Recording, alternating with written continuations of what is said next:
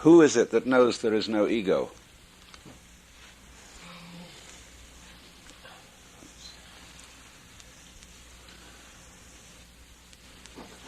And you must realize, you see, that this is a problem created linguistically. I explained that language based on the sentence, composed of subject, verb, and predicate, contains the hidden belief system that events are started by nouns, by things. And so it's very important to understand that in the real universe there are no things at all. And this startles people, because we think of the universe as the sum total of things. But when you go into the question what you mean by a thing, you ask children this question, what do you mean by a thing? And they'll say, well, an object. Well, I said, you've just substituted another word that doesn't tell me anything. Well, they can come back if they're very smart and say, what do you mean by anything? I got once in a class of high school kids an Italian girl who said a thing is a noun. Well, she was getting warm.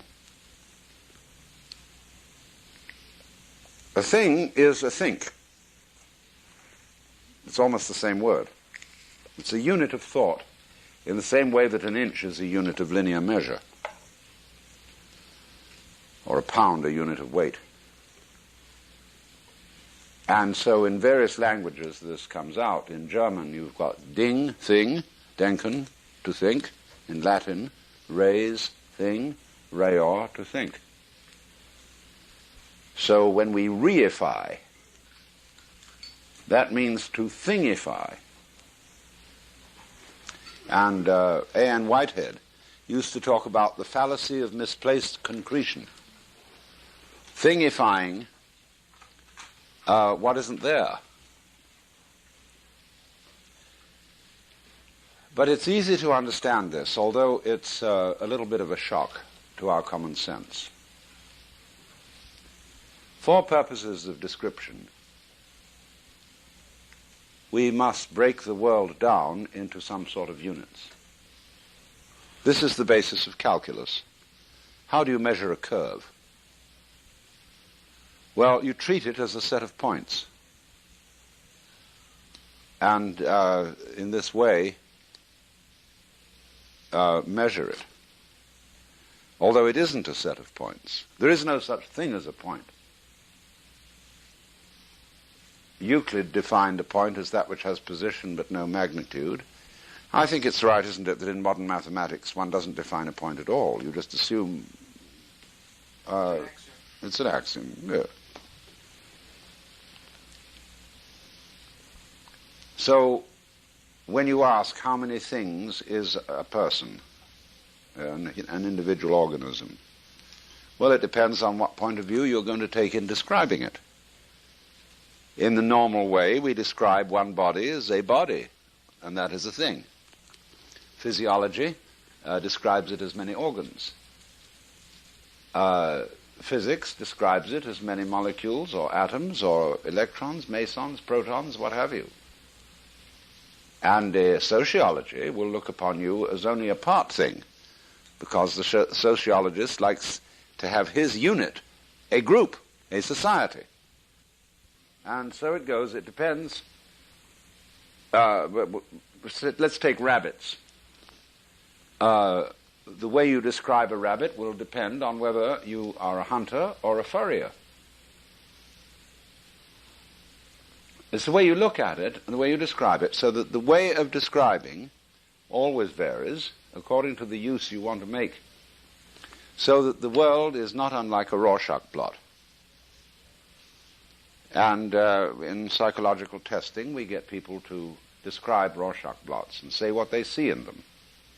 Now, you can perfectly well imagine that we in this room could have an enormous Rorschach blot on the wall, and we would all discuss it and arrive at a consensus about what it was. And we would manage, in other words, to coagulate our different points of view. And if there were a very dominant person present, he or she would tend to force the particular view upon everybody else and say, no, obviously it isn't what you say it is. Look, it's perfectly clear that it's that. So we are living in a Rorschach blot. Only urban people have difficulty in realizing this. Because urban people live in a straightened out world. And we call them straights or squares. Because they think in very simplistic terms. See, Euclid had a very simple mind. And therefore he discussed a geometry which wasn't a measure of the earth at all. The word geometry is from the Greek geos, the world, the earth, gis, and metra, which means to measure. Now the Greek word for measure, from which we get metric, meter, comes from the Sanskrit root, M-A-T-R, which also means to measure, and derived from that is the Sanskrit word maya, which means illusion, as well as imagination. So figuring it out is the measuring of the world, the metering. And meter also is the Greek word for mother, and is, of course, the root of the word matter, material. And so when we ask, does it matter, we are asking, does it measure up to anything? Well, we come to the conclusion that there is no matter. There's form. It's the form that matters, or you could say the universe is a matter of form. And in Sanskrit, there is no word for matter. The word rupa, which is used for the material or physical world, means form. And so you get nama-rupa as the full name for what we call physical reality. Nama means name, rupa form, so it is named form. And so Lao Tzu, writing the Tao Te Ching, says, the nameless, or the no name, is the basis of heaven and earth. But the named is the mother of 10,000 things. So, in the sense then of this, you can understand the saying, in the beginning was the Word. All things were made by him, and without him was not anything made that was made. Because you don't get things until you start naming. Because then you point out on the universal Rorschach blot, this wiggle. What do you mean, this wiggle? Where does one wiggle begin and the other end? Well, this is a matter of arbitrary definition. Where does your head end and your neck begin? Here, here, here, here, here. Well, where is it? We know vaguely. But you can't be precise about it, because you can look at the head and the neck as continuous. You can start here and say, well, it's all one thing up from here to here, see? Or you can start here and say, no, it's all one thing from here to here, etc. Because it's all arbitrary. And the value of it is that by description and by conventional decisions as to where to draw the line, we can communicate in language. And this is socially valuable. But we must not be deluded by what we're doing. Because if we do truly believe that the world is a lot of separate things, we believe that we can take them apart and have this without that. And so when you apply this, say, to medicine, and you get a medical specialist who knows all about the heart and nothing about the lungs,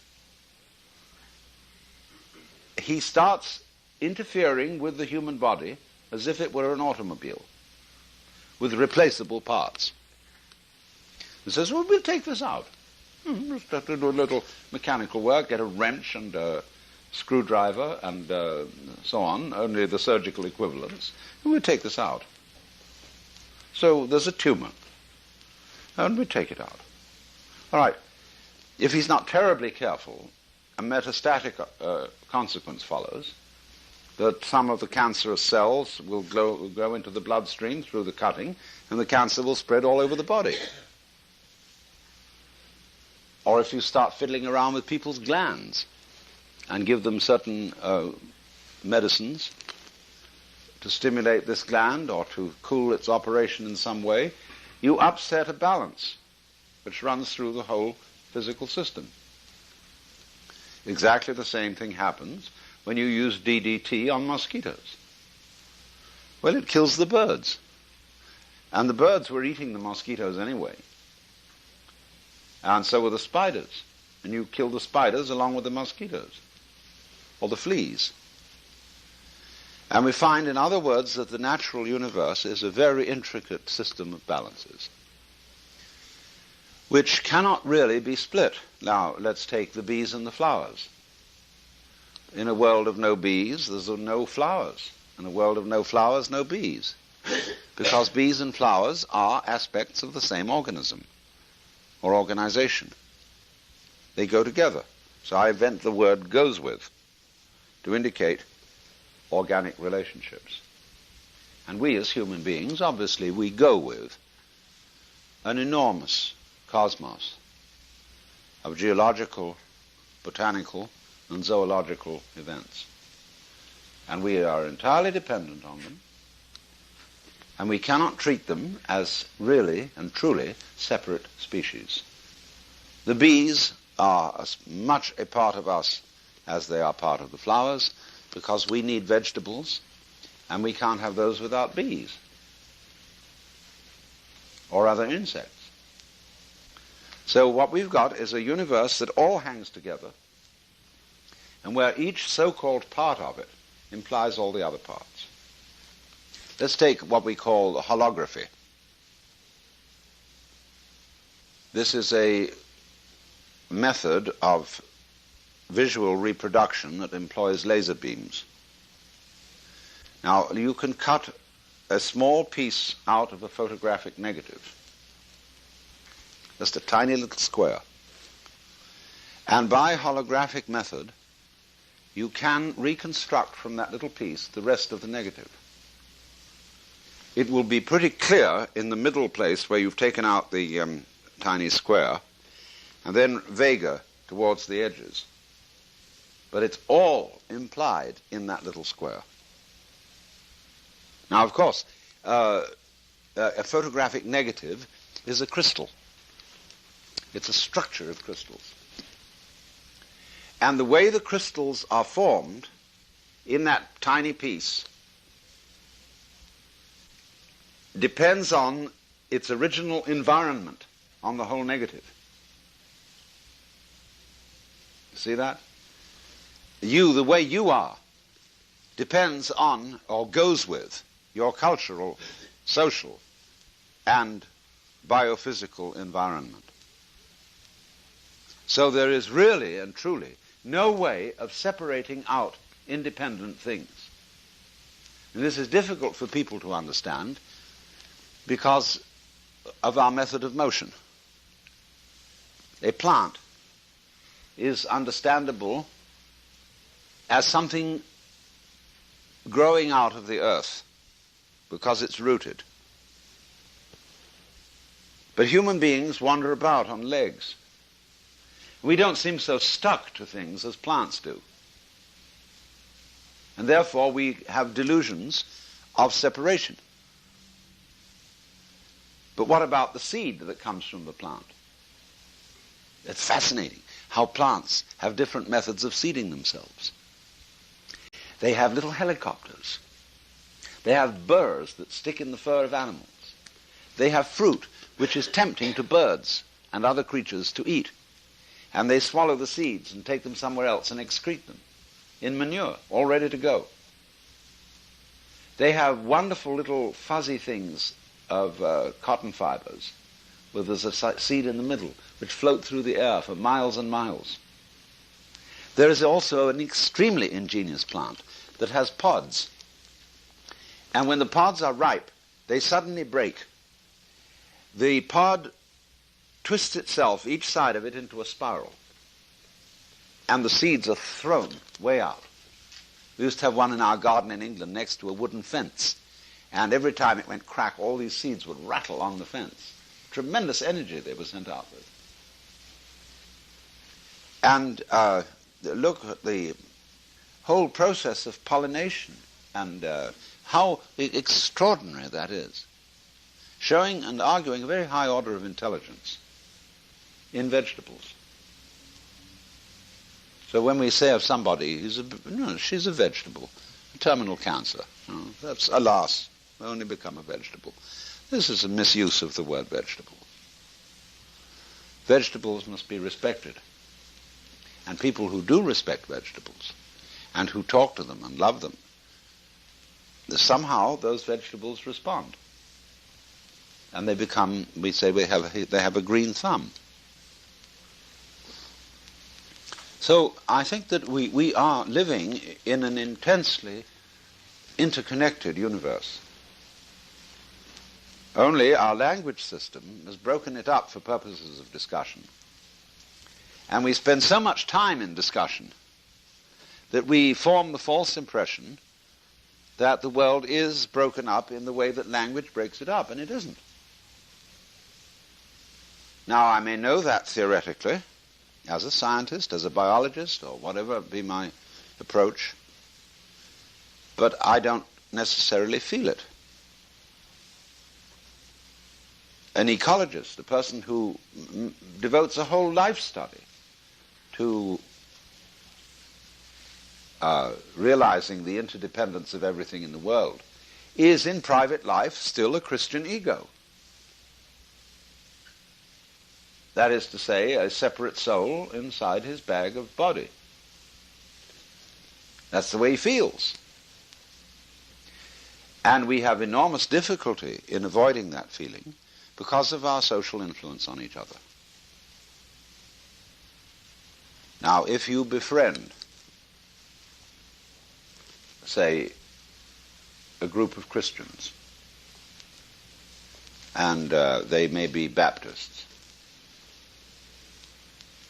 and for various reasons it's important for you to be a member of this group, you will eventually think their way. The most startling example of this was an experiment devised by B.F. Skinner. He would be giving a class in psychology, and he would suddenly send two students out of the room, say, "Come back when we call you." Then he would explain to the class the game rule. We're going to put two chairs here, up beside me. Chair A, chair B. We're going to have a discussion, and these two students are going to come back. We will agree with everything that is said by the student who sits in chair A. We will disagree with everything said by the student in chair B. The effect of this was astounding. Because even if the student sitting in chair A was rather inarticulate, the fact that the group agreed with everything he said made him extremely expressive. Very happy. However articulate the student in chair B, where everything was wrong with him, he got completely confused.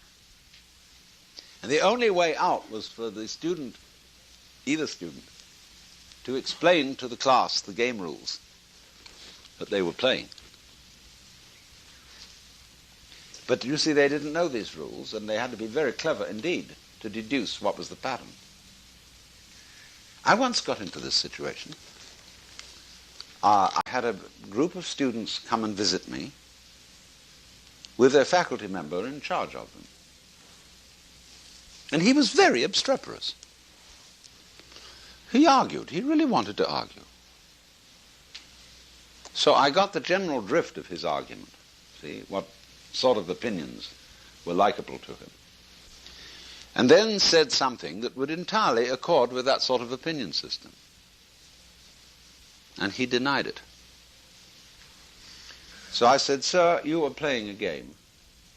You are bound and determined to disagree with anything I say." And he was nonplussed.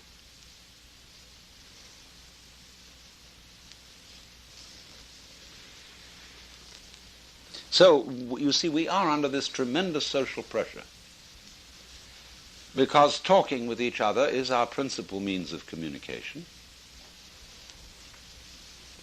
And so more and more it hypnotizes us. When you hypnotize a person, you do it chiefly by talking.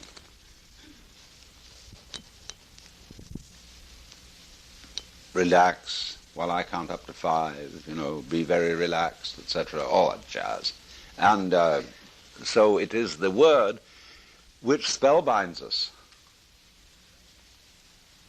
Look at that word, to spellbind. A victim of spelling.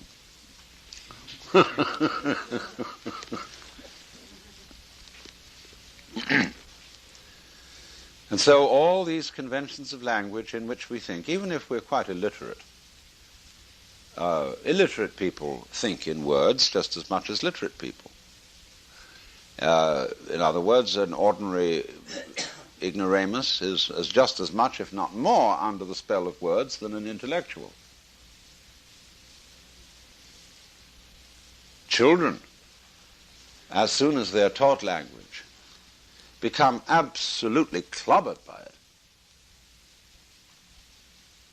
and resent tremendously being called something. So if I say Johnny's a sissy, he called me a sissy. And children are absolute victims of the calendar. They want to know when it's going to happen. How soon is Christmas? How soon is my birthday? They want time to go in jerks from one festival to another because they are so poisoned by adult conceptions. They have no antibodies against them.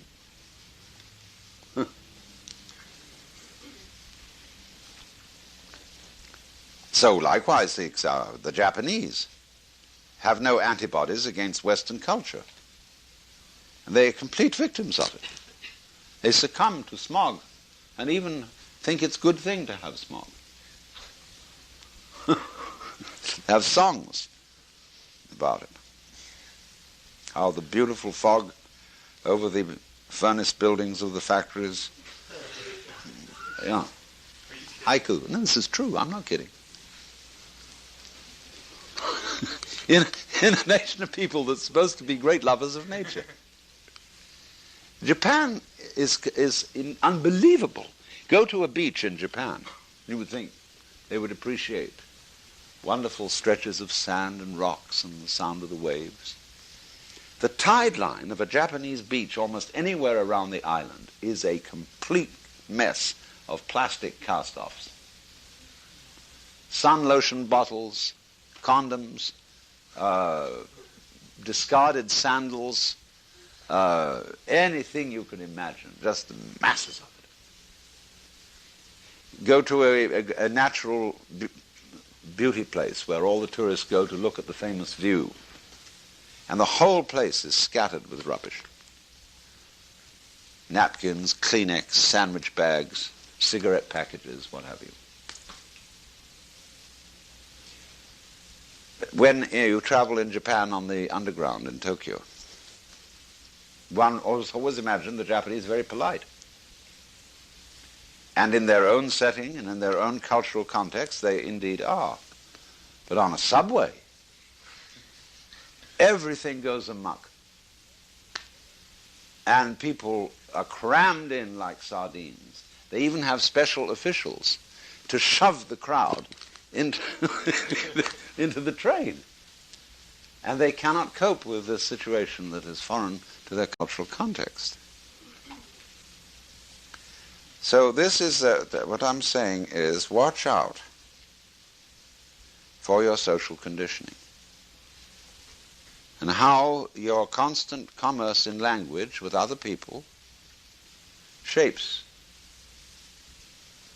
the way in which you actually sense the world. Now, we say seeing is believing, but it is truer to say that believing is seeing. There was a very marvelous scientist of optics by the name of Albert Ames, who devised a whole series of experiments where you could go into a big room, say, and there were booths all around. And in these booths, there were exhibits that defied the laws of logic, or seemed to. There was, for example, the marvelous experiment of the trapezoidal window.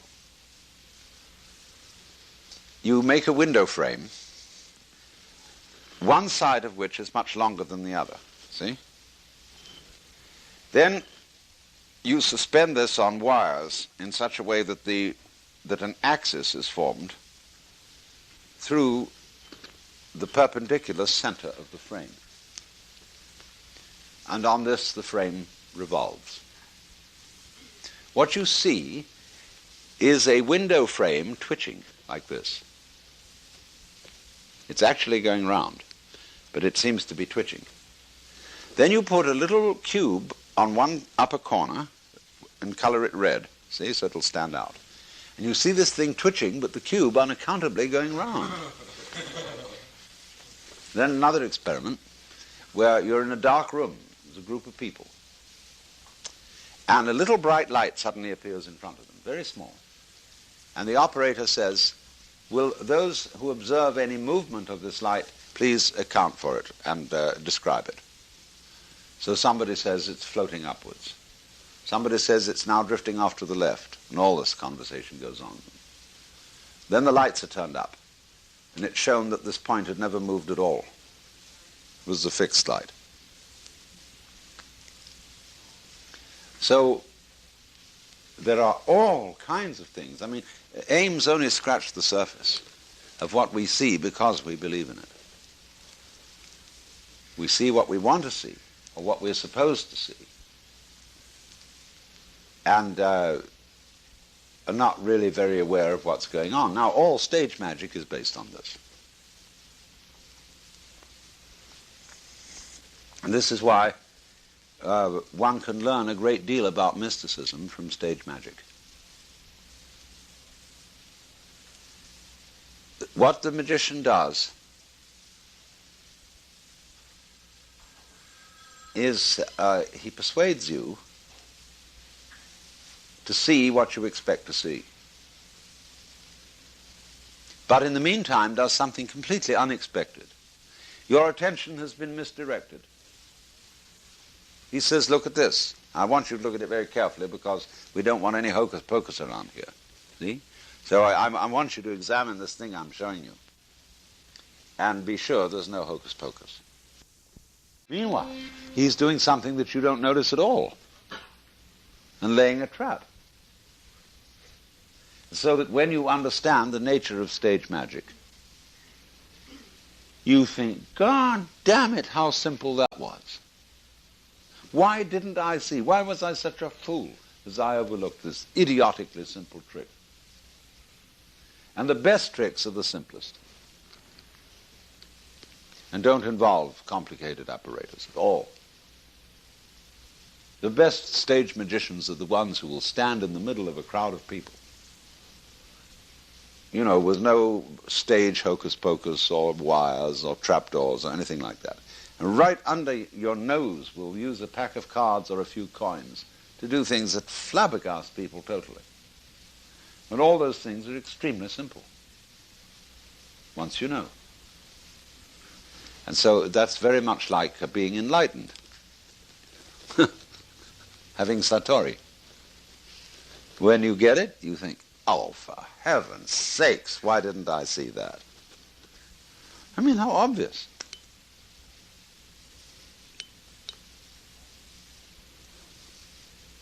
But the difficulty in communication here is that Satori, or enlightenment, is very much like seeing a joke. And then you laugh. You laugh genuinely from here.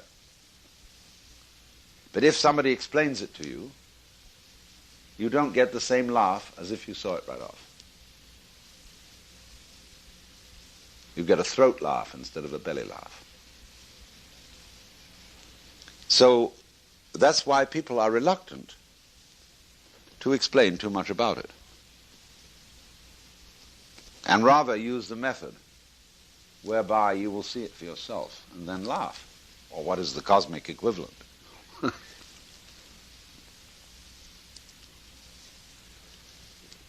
So therefore, we are, most of us, in a state of hypnosis, induced by the incantation of language, the enchantment, the spellbinding. And when one speaks of awakening, as, say, in Buddhism, one speaks of the Buddha as the awakened one, it means, therefore, dehypnotization, coming to your senses. But, of course, to do that, you have to go out of your mind.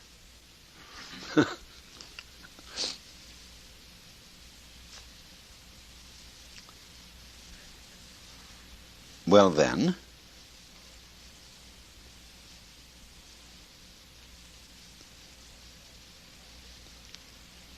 what that involves, among other things,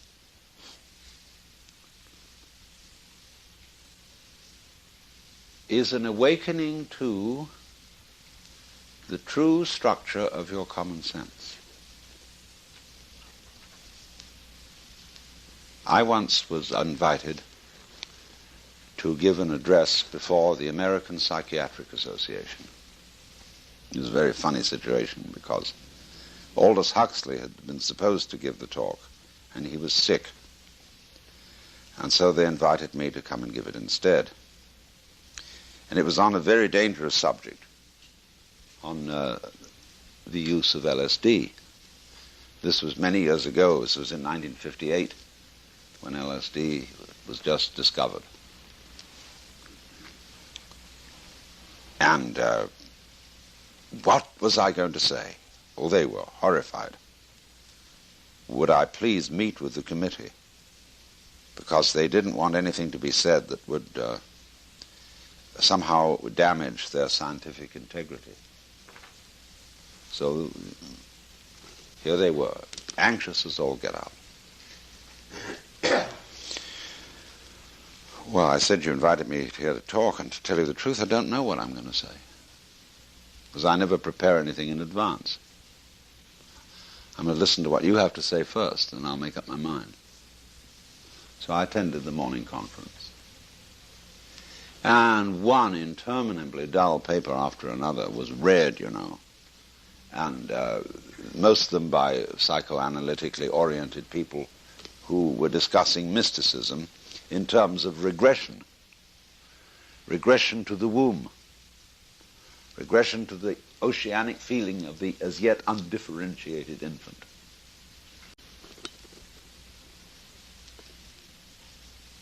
So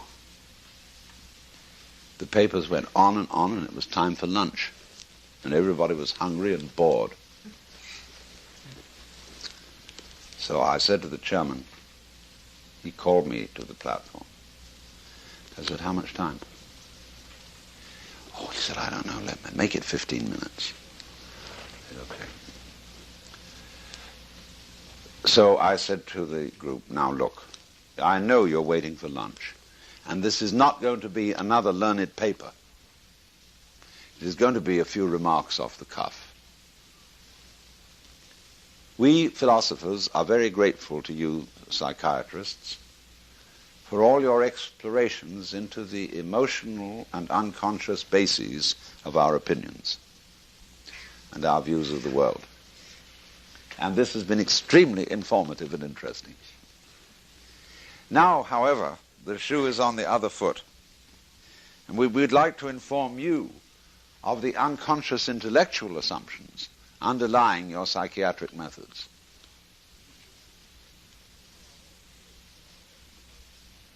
You are all, whether you know it or not, products of the world view of the 19th century. And your ideas of the functioning of the nervous system and of psychoanalytic process are based on Newtonian mechanics. Psychoanalysis is in effect psychohydraulics,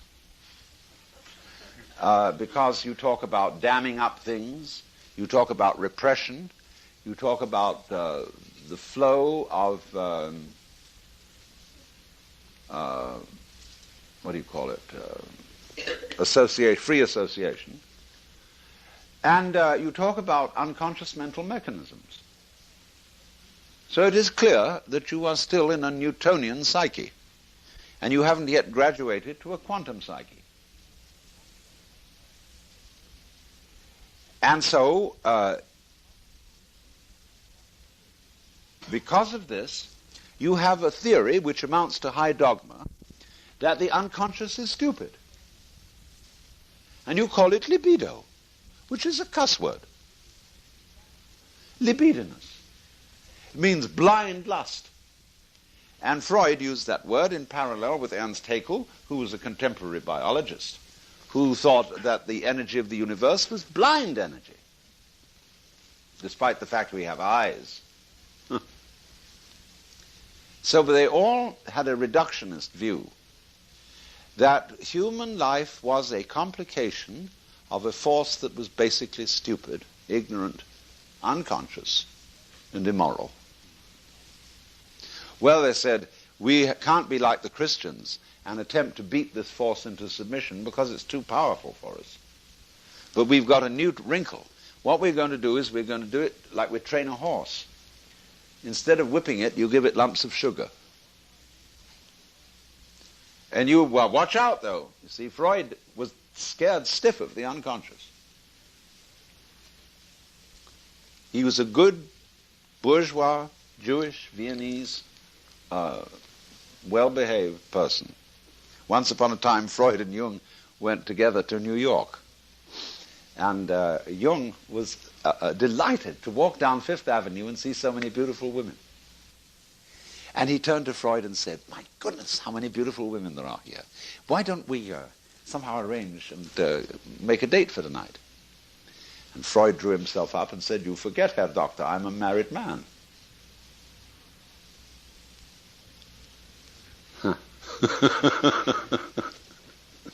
So Freud always thought that the unconscious was not really very nice. Now, he had a contemporary by the name of George Grodek.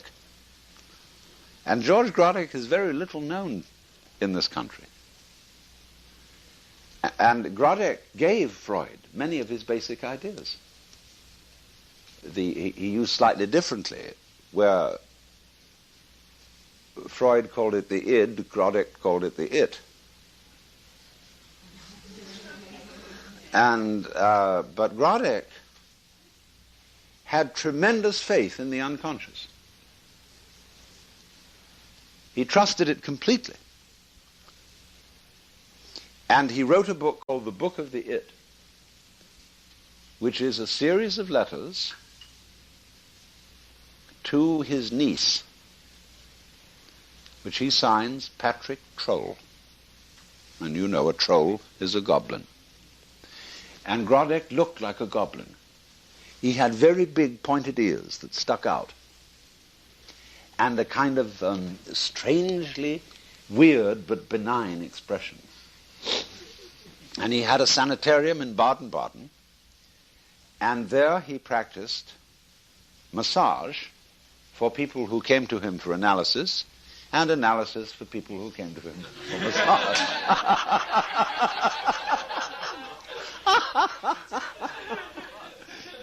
He was a completely wonderful man because everybody felt calmed by him. They felt an atmosphere of implicit faith in nature, and especially in your own inner nature. No matter what, there is a wisdom inside you which may seem absurd, but you have to trust it. And so Kaisling, Hermann Kaisling, who was a great Lithuanian philosopher, said nobody could possibly remind him more of Lao Tzu than Grodek. Now, if Grodek had got into Freud, it would have been a much better scene. But there was in all this, you see, in Freud, the basic mistrust of the unconscious. And this led to a quarrel with Jung. Because Jung went down to a lower level of the unconscious, which he called collective, and found out that there was a patterning process here, formative patterning process, which contained all the wisdom of mankind. So, for example, if you say, well, it's a great pity that the American Indian culture is wiped out, a Jungian would say, I know it is a pity, but it's all still there in the depths of the psyche, and sooner or later it will all emerge again. Because this patterning is eternal. And we, in our modern life, we reproduce patterns, we reproduce rituals, we reproduce fantasies and myths, which can be discovered as having existed 25,000 years ago. Because your unconscious is timeless. And everything is there if you go hunting for it. But they were still a bit scared. I know some of the old Jungian analysts I used to know in New York were very uptight about fishing in the unconscious, and said, yeah, true, but there is also in the unconscious the primordial slime, which is full of serpents and crocodiles and the most things that give us the heebie-jeebies. And if you're not very careful, those things will come up and invade your consciousness.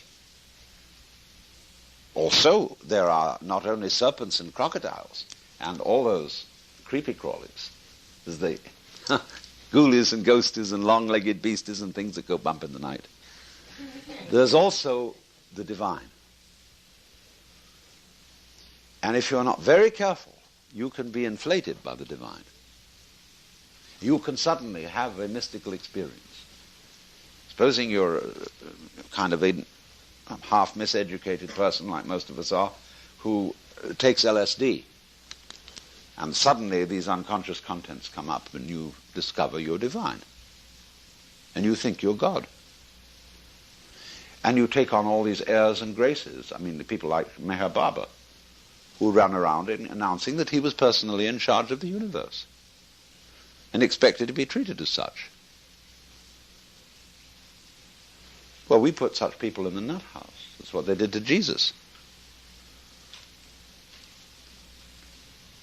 That's intolerable. And Jung was right, in a way, when he said that is inflation. It is turning your ego into God instead of having God as your ego. Because he didn't understand. You have to, in other words, obviously, if you are going to let up all these great energies in the unconscious, you must be wise. You must know something about it and not jump to silly conclusions and delusions. But you see, there was in Jung a basic trust. More than the creepy crawlies and the ghoulies and ghosties, the collective unconscious was a source of wisdom.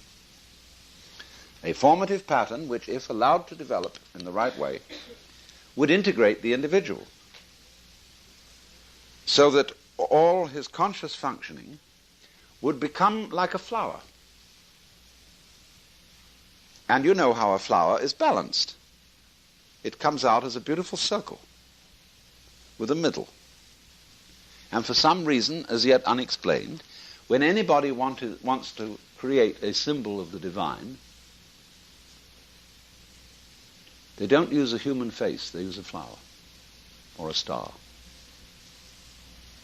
The rose window, the lotus. When I think what I want, I try sometimes to figure out what I would really like to have, what I like to look at.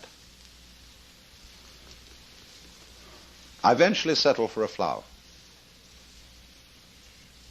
It's why they bring flowers to sick people in hospitals. Take a morning glory and look at it. Did you ever see such a thing? Well, they say in the Freudian explanation, you're using that as a substitute for a vagina. Well, I say that's not an answer to a question, it raises a new one. What's so interesting about a vagina? See, the only thing my father and I don't agree about is sex. We agree about everything else, religion and so on. But sex, he's just old-fashioned. And he said, nature makes this activity extremely pleasant in order that the species will continue, so that we will be sure to go on. But you must be very careful not to do it just for the pleasure of it, but remembering the responsibility of continuing the species.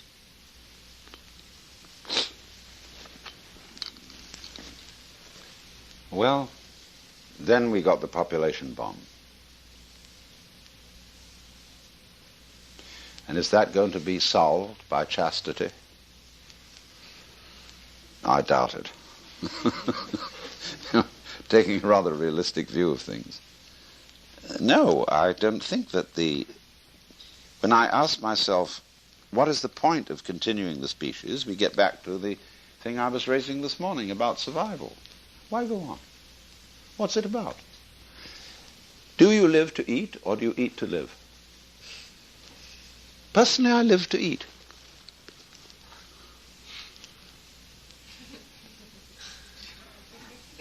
And I don't reproduce children, although I've done my bit on that, rather a little too much. But I think that the point of having life going on is so that we can have sex. It's a good thing in itself. It's like dancing. And really communicating, loving somebody is a tremendously fascinating thing. I mean, what to do with an evening? Okay, you go to the movies and you watch other people loving each other. Why don't you do it yourself? I very rarely go to the movies because my own life is more fun than what I see on the movies.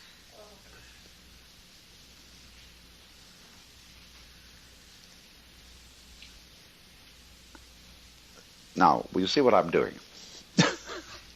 I'm ringing around a whole lot of subjects and ways of looking at certain topics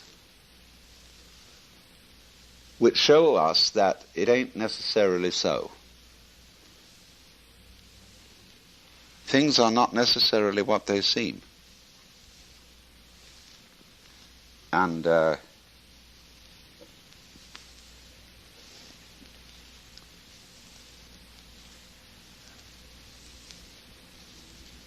so we can get in the mood to be open-minded.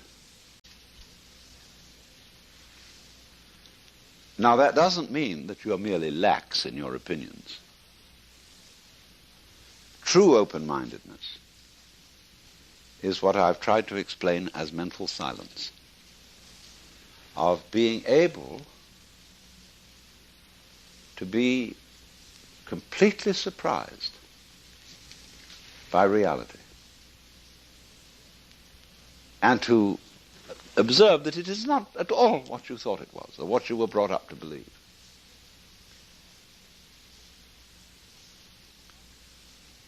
And not to be afraid when you suddenly discover the obvious. which is that the real you is not the ego, but the eternal center of the universe.